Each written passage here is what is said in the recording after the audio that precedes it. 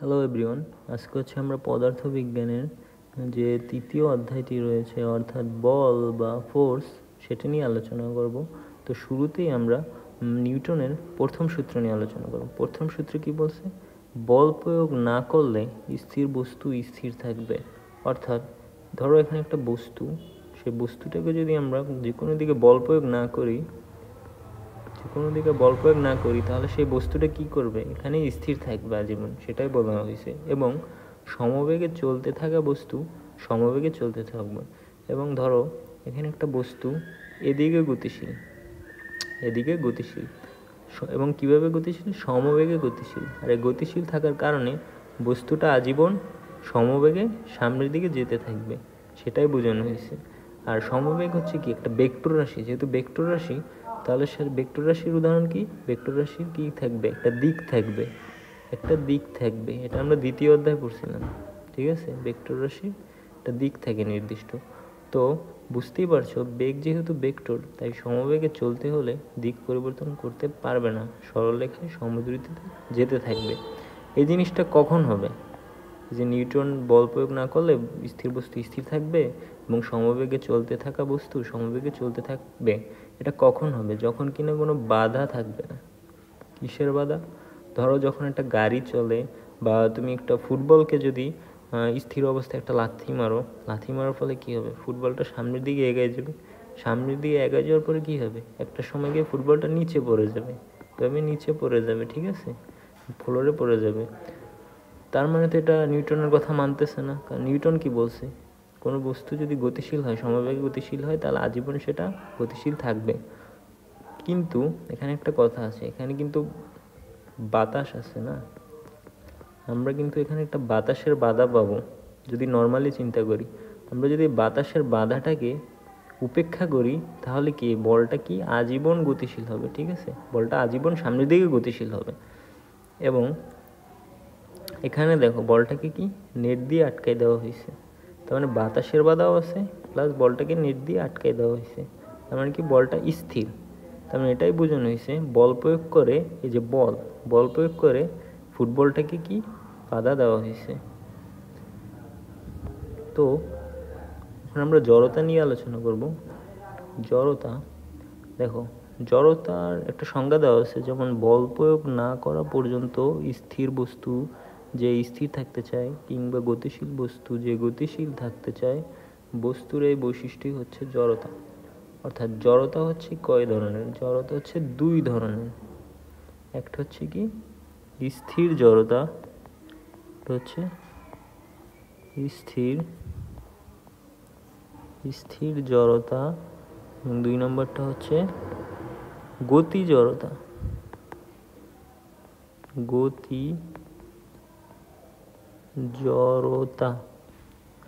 স্থির জড়তা বলতে কি বোঝায়?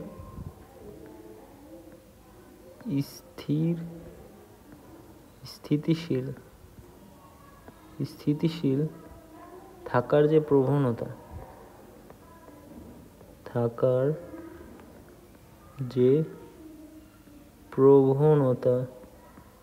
সেটাই হচ্ছে কি স্থির জড়তা। এবং গতি জড়তা কি? গতিশীল থাকার যে প্রবণতা,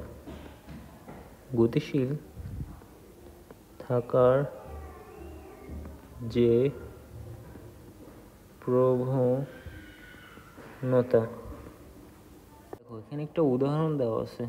উদাহরণটা হলো একটা বাস কি সামনের দিকে গতিশীল,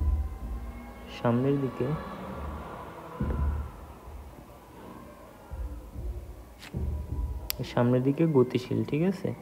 গতিশীল থাকা অবস্থায় এই যে লোকটা কিন্তু বাসের সাপেক্ষে স্থিতিশীল। অর্থাৎ বাসের সাপেক্ষে কি সে কিন্তু দাঁড়িয়ে আছে, বাট বাস সহ লোকটা গতিশীল। তো বাসটা চলা অবস্থায় বাসটা যখন ব্রেক দেয়, বাস কি করলো? ব্রেক দিল। এই এত দূর এসে ধরো ব্রেক দেওয়ার ফলে কি হলো? লোকটা সামনের দিকে ঝুঁকে গেল।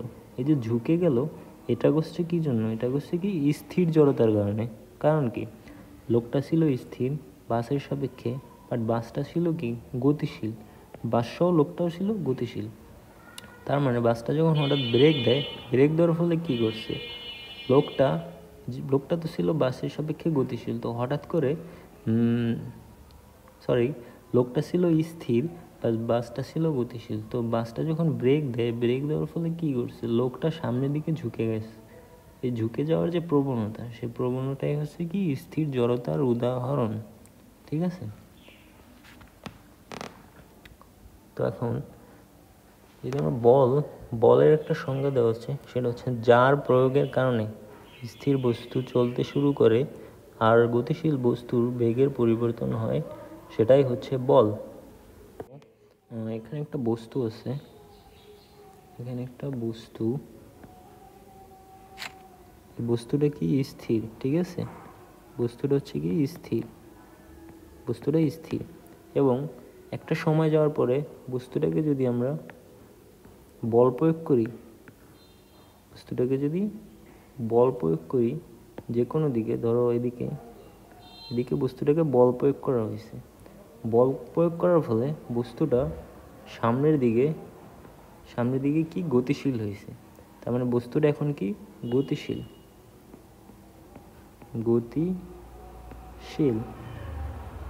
আর এখানে তো আমরা বল প্রয়োগ করছিলাম, বল প্রয়োগ করার ফলে কি হয়েছে, সামনের দিকে বস্তুটা গতিশীল। তাহলে স্থির বস্তুকে যা প্রয়োগ করার ফলে সামনে যেতে থাকে, সেটাই হচ্ছে কি বলের উদাহরণ। আবার অন্যদিকে এই গতিশীল বলটাকে, ধরো এই গতিশীল বলটাকে, এখন তো বলটা গতিশীল, সামনের দিকে গতিশীল, তাহলে সেই গতিশীল বলটাকে যদি আমরা অন্য একটা বল প্রয়োগ করে বা এখানে যদি বাধা দেই, ধরো এখানে একটা দেয়াল, সেই দেয়াল দ্বারা কি করলাম, এই বলটাকে বাধা দিলাম। বাধা দেওয়ার ফলে বস্তুটা কি থাকবে, এখানে বস্তুটা কি গতিশীল থাকবে না, বস্তুটা হচ্ছে এখানে স্থির হয়ে যাবে। আবার বস্তুটা সামনের দিকে আর মুভ করতে পারবে না এখানে যাওয়ার পরে। তাহলে বস্তুটা এখানে কি, এখানে আবার কি হয়ে গেছে, স্থির হয়ে গেছে, বস্তুটা আবার এখানে স্থির। তার মানে যা প্রয়োগের ফলে একটা স্থির বস্তু গতিশীল হয় এবং একটা গতিশীল বস্তু আবার এখানে গিয়ে স্থির হয়ে যায়, ওটাই হচ্ছে বল। তো স্পর্শ এবং অস্পর্শের উপর ভিত্তি করে বলকে মূলত দুই ভাগে ভাগ করা যায়। সেটা হচ্ছে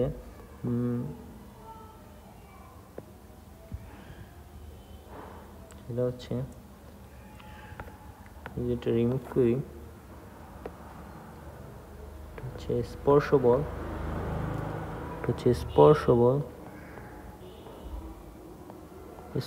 বল,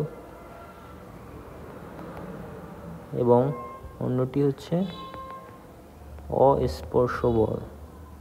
তো স্পর্শ বল বলতে কি বোঝায়, যে বল প্রয়োগ করার জন্য আমাদের স্পর্শ করতে হয়, অর্থাৎ যে বল প্রয়োগ করার জন্য আমাদের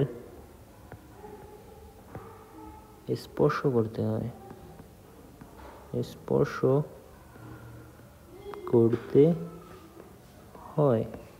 উদাহরণ কি হতে পারে, উদাহরণস্বরূপ যেমন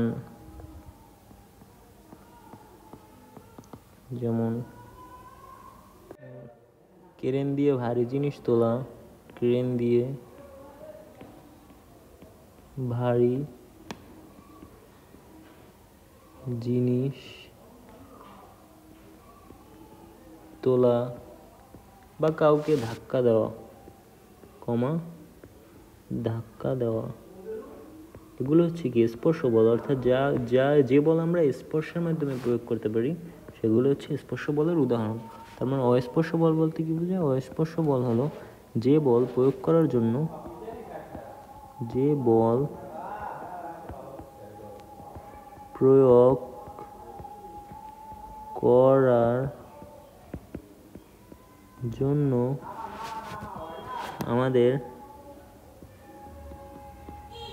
আমাদের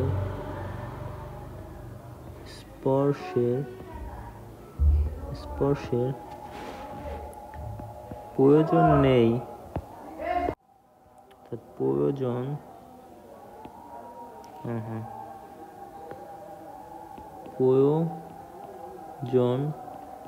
নেই। উদাহরণ কি হতে পারে?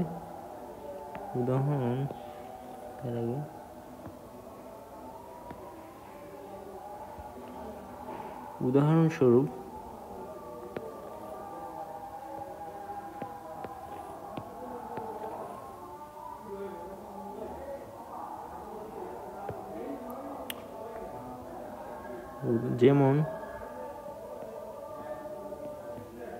যেমন মহাকর্ষ বল এবং অভিকর্ষ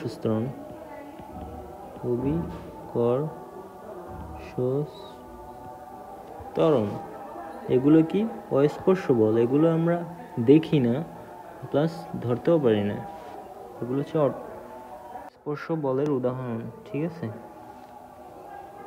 পরবর্তীতে মৌলিক বলের প্রকৃতি নিয়ে আলোচনা করব। মৌলিক বলের প্রকৃতি বলতে কি বোঝায়? আমাদের দৈনন্দিন জীবনে আমরা যে বলগুলো দেখি, অর্থাৎ ক্রেন দিয়ে মাল উঠানো, কাউকে ধাক্কা মারা, তারপর হচ্ছে দুটি চুম্বকের মধ্যে যে আকর্ষণ বা বিকর্ষণ, এই যে বিভিন্ন প্রকারের যে বল রয়েছে, সেই বলগুলোকে মূলত আমরা 4টি মৌলিক বল দ্বারা সংজ্ঞায়িত করতে পারি। সেই 4টি মৌলিক বল কি কি? যেমন প্রথমটি হচ্ছে মহাকর্ষ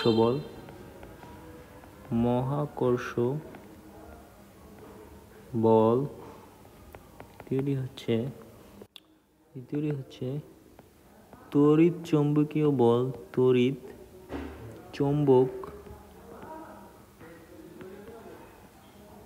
চৌম্বক বল বা বিদ্যুৎ চৌম্বকীয় বল, বিদ্যুৎ চৌম্বকীয়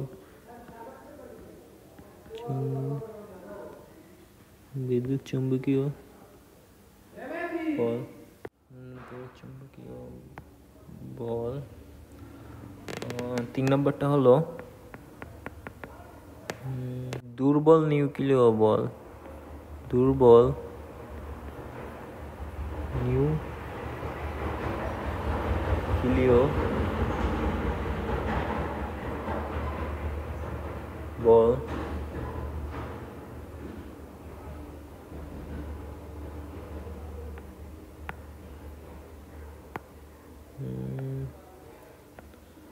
দুর্বল নিউক্লিয় বল।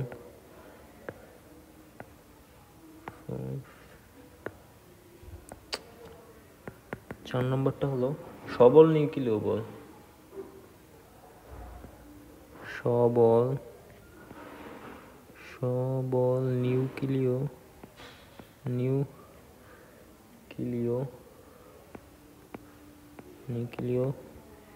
বল। এখানে একটা স্পেলিং ভুল হয়েছে, নিউক্লিয় হবে নিউক্লিয় বল। এখন এখানে মহাকর্ষ বল বলতে আসলে কি বোঝায়? মহাকর্ষ বল হলো যে কোনো মহাবিশ্বের যে কোনো 2টি বস্তুর মধ্যে আকর্ষণ, অর্থাৎ ধরো মহাকর্ষে একটা বস্তু এবং অপর পাশে আর একটা বস্তু, হলো কি মহাকাশের 2টি বস্তুর মাঝখানে যে আকর্ষণ, ঠিক আছে, সেটাকে বলে মহাকর্ষ বল। এবং এই বলটা অলওয়েজ 2টির কেন্দ্র বরাবর আকর্ষণ করবে,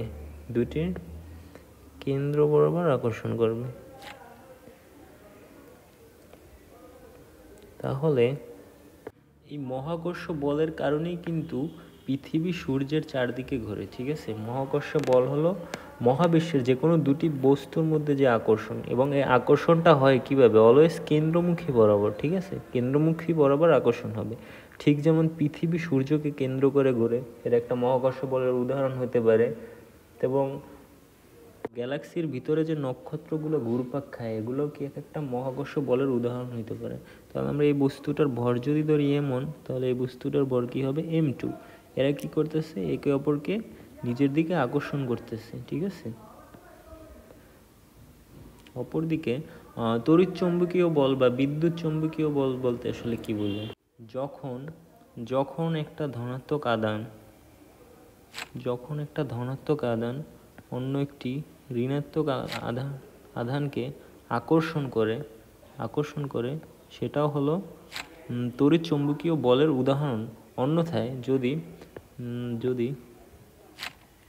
একটা ধনাত্মক আধানের সাথে কি করবে, যদি বিকর্ষণ করে একে অপরকে বিপরীত দিকে ধাক্কা দেয়, তাহলে সেটাও কি হবে তড়িৎ চৌম্বকীয় বলের উদাহরণ। অন্যথায় যদি একটা নেগেটিভ আধান অন্য একটি নেগেটিভ আধানকে বিকর্ষণ করে সেটাও তড়িৎ চৌম্বকীয় বলের উদাহরণ। তার মানে তড়িৎ চৌম্বকীয় বল বলতে বোঝায় মূলত আধানের মধ্যে যে আকর্ষণ বা বিকর্ষণ কাজ করে সেগুলোই মূলত তড়িৎ চৌম্বকীয় বল এর উদাহরণ, ঠিক আছে।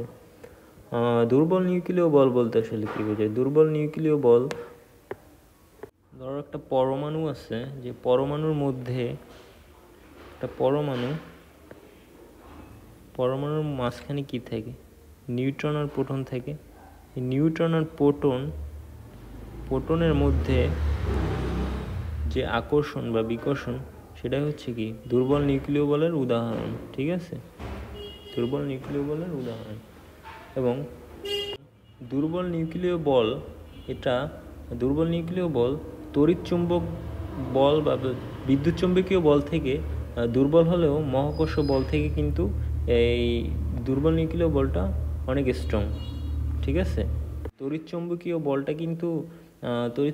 বল যে কোনো দূরত্ব থেকেই কাজ করতে পারে, ঠিক আছে। কিন্তু এই দুর্বল যে নিউক্লিয় বলটা রয়েছে সেটা কিন্তু খুব অল্প দূরত্বে কাজ করবে, অর্থাৎ খুবই অল্প দূরত্বে কাজ করবে। এবং সেই দূরত্বের পরিমাণটা 10⁻18 মিটার। এটা হচ্ছে কি এই বলের রেঞ্জ, অর্থাৎ দুর্বল নিউক্লিয় বল যে রেঞ্জের মধ্যে কাজ করবে সেই রেঞ্জটা হচ্ছে 10⁻18 মিটার। এবং দুর্বল নিউক্লিয় বলের উদাহরণ হলো তেজস্ক্রিয়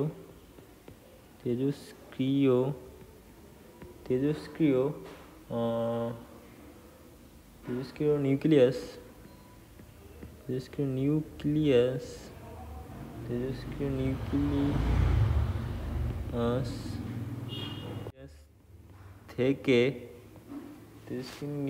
থেকে যে বিটা রশ্মি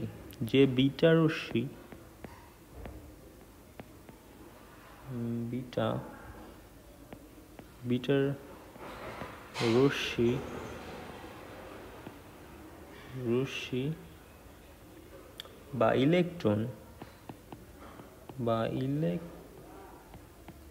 ইলেকট্রন বের হয়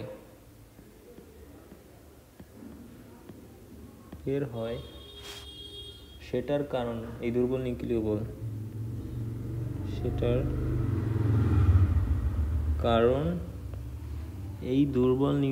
বল। এই দুর্বল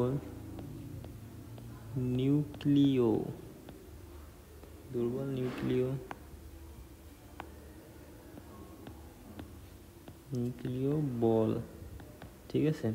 অন্যদিকে সবল নিউক্লিয় বল বা স্ট্রং নিউক্লিয়ার ফোর্স, এই ফোর্সটা হচ্ছে কি পৃথিবীর সব থেকে শক্তিশালী বল, অর্থাৎ তড়িৎচৌম্বক বল থেকেও 100 গুণ বেশি শক্তিশালী, ঠিক আছে। কিন্তু এটার যে দূরত্ব আছে, এর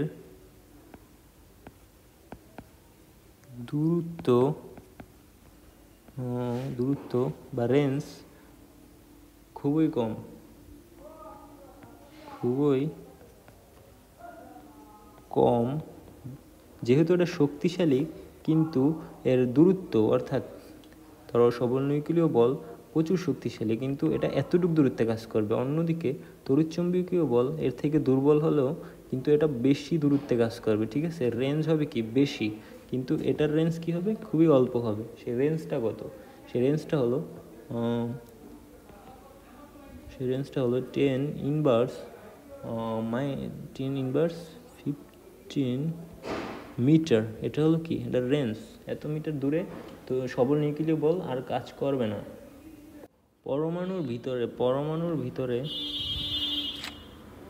ভিতরে যে প্রোটন আর নিউট্রন আটকে থাকে, সে আটকে থাকে মূলত হচ্ছে কি সবল নিউক্লিয় বলের মাধ্যমে, ঠিক আছে। পরমাণুর ভিতরে যে প্রোটন আর নিউট্রন আটকে থাকে তার কারণ কি সবল নিউক্লিয় বল। পরমাণুর ভিতরের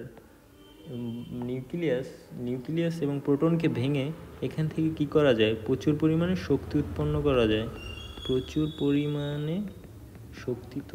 করা যায়, ঠিক আছে। এগুলোই ছিল মূলত মৌলিক বলের উদাহরণ। তো পরবর্তী টপিকের নাম হচ্ছে বলের সাম্যাবস্থা ও অসাম্যাবস্থা। এটা দ্বারা আসলে কি বোঝায়? বলের সাম্যাবস্থা হলো, ধরো যে কোনো একটা বস্তু, এই বস্তুটাকে যদি আমরা এদিকে বল প্রয়োগ করি তাহলে কি ঘটবে? বস্তুটা কিছুক্ষণ পর কি এদিকে গতিশীল থাকবে। সে বলটা যদি এ পরিমাণ হয় তবে বস্তুটা এদিকে গতিশীল থাকবে। এখন কথা হচ্ছে এই বল প্রয়োগ করার ফলে বস্তুটা কিন্তু স্থিতিশীল নাই। তাহলে এই জিনিসটা কি? দেখো এই জিনিসটাই মূলত হচ্ছে অসাম্যাবস্থা। এখন যদি একটা বলের পরিবর্তে আমরা এখানে দুইটা বল প্রয়োগ করি, এক বা একাধিক বল, ধরো এদিকে একটা বল প্রয়োগ করলাম বস্তুটাকে এবং এদিকে একটা বল প্রয়োগ করলাম F1 আর এটা হচ্ছে কি F2। এই বল প্রয়োগ করার ফলে বস্তুটা যদি স্থির থাকে, অর্থাৎ বস্তুটা যদি এখানে স্থির থাকে এবং কোনো দিকে মুভ না করে, অর্থাৎ সামনেও যাবে না পিছনেও যাবে না, তাহলে এই জিনিসটা হলো কি বলের সাম্যাবস্থা। মূলত এই জিনিসটাই হলো বলের সাম্যাবস্থা, ঠিক আছে। আবার ধরো এখানে একটা বস্তুকে যদি আমরা বল প্রয়োগ করি এদিকে একটা এবং এদিকে একটা, এই বলটা হচ্ছে কি অল্প এবং এই বলটা হচ্ছে কি একটু বেশি পরিমাণের বল, তাহলে বস্তুটা কোন দিকে গতিশীল হবে? যেদিকে বল বেশি ক্রিয়া করছে সেদিকে গতিশীল হবে, তাহলে বস্তুটা নিচের দিকে গতিশীল হবে। তাহলে বস্তুটা যদি এখানে নিচের দিকে গতিশীল হয়, অর্থাৎ এটা যদি আলটিমেটলি নিচের দিকে গতিশীল হয়, তাহলে এটা হলো কি বস্তু অসাম্যাবস্থা, অর্থাৎ বস্তুর পরিবর্তে এই বলটাকে আমরা বলতে পারি বলের অসাম্যাবস্থা, ঠিক আছে। বলের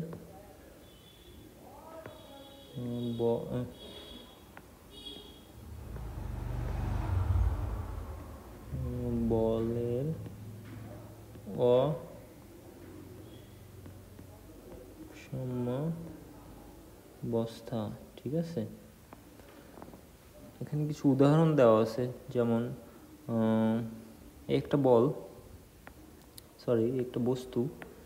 বস্তু যেটা কি না এখানে রশির দ্বারা বাধা থাকার ফলে বস্তুটা এখানে কি আছে স্থির থাকে। দেখো এই রশিটা কি করছে, বস্তুটাকে উপরের দিকে একটা বল প্রয়োগ করছে যেটা হচ্ছে কি টি,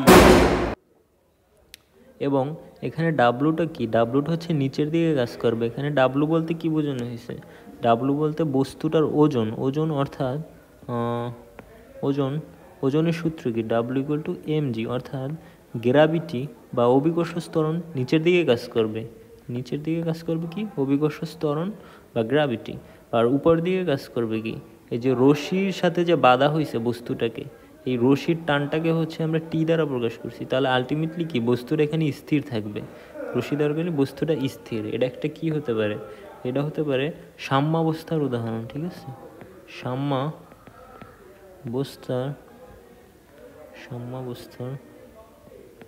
সাম্যাবস্থার উদাহরণ।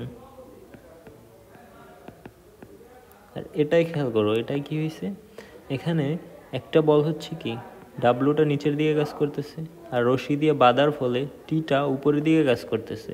এখন আমি যদি এখানে হাত দিয়ে এটাকে বস্তুটাকে এদিকে টান দিই, এদিকে টান দিয়ে ছেড়ে দেই, একটা সময় পর কি হবে, বস্তুটা এদিকে দোলতে থাকবে না, এদিকে একবার যাবে আবার এদিকে একবার আসবে, স্থির থাকবে না। এই যে অস্থিতিশীল যে সময়টা, এটাকে কি বলা হয়, এটাকে বলা হয় হচ্ছে অসাম্যাবস্থা। ঠিক আছে, এই জিনিসটাকে বলবো আমরা অসাম্যাবস্থা।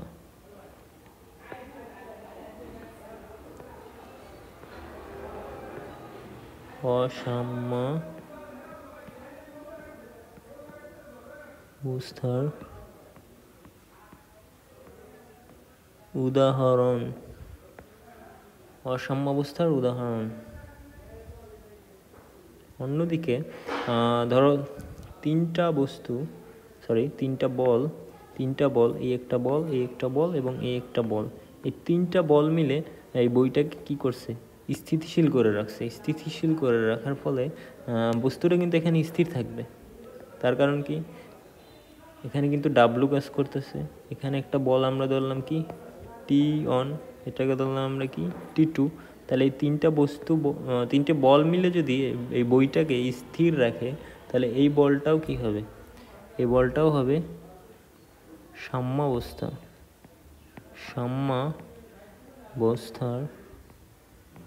সাম্যাবস্থার উদাহরণ। ঠিক আছে।